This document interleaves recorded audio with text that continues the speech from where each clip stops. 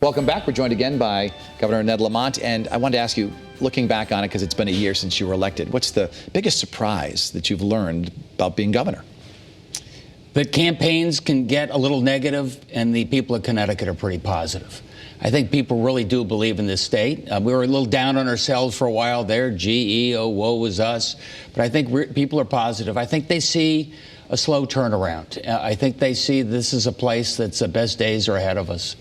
And I love the opportunity. You know, at my age, an opportunity to fight for a state you love and it's been through some tough times over the last generation or two. I think people feel it. I hope they do. You had to deal with something recently that there's really no training for, and that was the B-17 crash. You had to go on statewide television and sort of make people feel a little bit better about a disaster, an air disaster. 7 people died, and it was obvious you were getting a little emotional up there.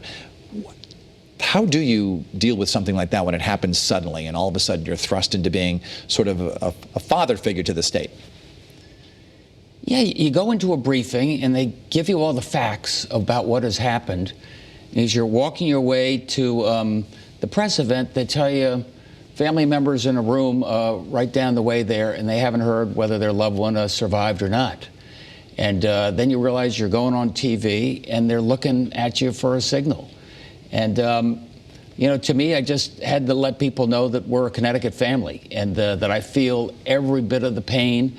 And I saluted the folks who rolled up their sleeves and fought like heck to save a couple of people who wouldn't have otherwise been saved. There was a guy named Trafficante. I just met him the other day. A guardsman, I think. And he just happened to be wearing his fire retardant gloves that day when he went up in the B-17. And he happened to pay attention to how they closed the hatch because there was no briefing, he told us. So he knew what to do, and he saved 2 lives on the way out. So I try and remember the positives and really feel for the folks that lost. In terms of people reaching out to you to complain about something or ask you for something, how often does that happen? If you go to an event and someone comes up and says, Governor, I need help with X, Y, and Z. Well, I hear that a lot. I hear that a lot, and I refer them to people because I owe people a response. I got to confess, the response is not always yes. I'm a little tight in terms of how much money we can spend, and a lot of people tell me what they feel, and I love that. But I like people to be constructive. You can complain. You can say you don't like my transportation plan. You can say no tolls. Okay, I think we all agree on what the problem is. You know how I want to solve it. How would you solve it? And then let's see if there's a place in the middle. You're a human being. When you hear these polls that come out that say that you're unpopular or your approval rating is low, how does that make you feel? Maybe I'm doing my job. You know, I could punt the tough decisions. I could do some more ribbon cutting and just let transportation take care of itself for the next 10 years. Maybe if some bridge collapses, then we do a lot of work, just like happened after the Miamis Bridge. But that's not the way I operate. That's not the way I've lived my life. And that's not why I wanted to be governor. I want to make a difference, and I got 4 years to do it. Do you ever have to turn to former governors for any pieces of advice? Or it doesn't come with an instruction manual to run the state? Sure, yeah. No, I talked to Jody a few times. I talked to Lowell when I can see him. People give you good emotional support.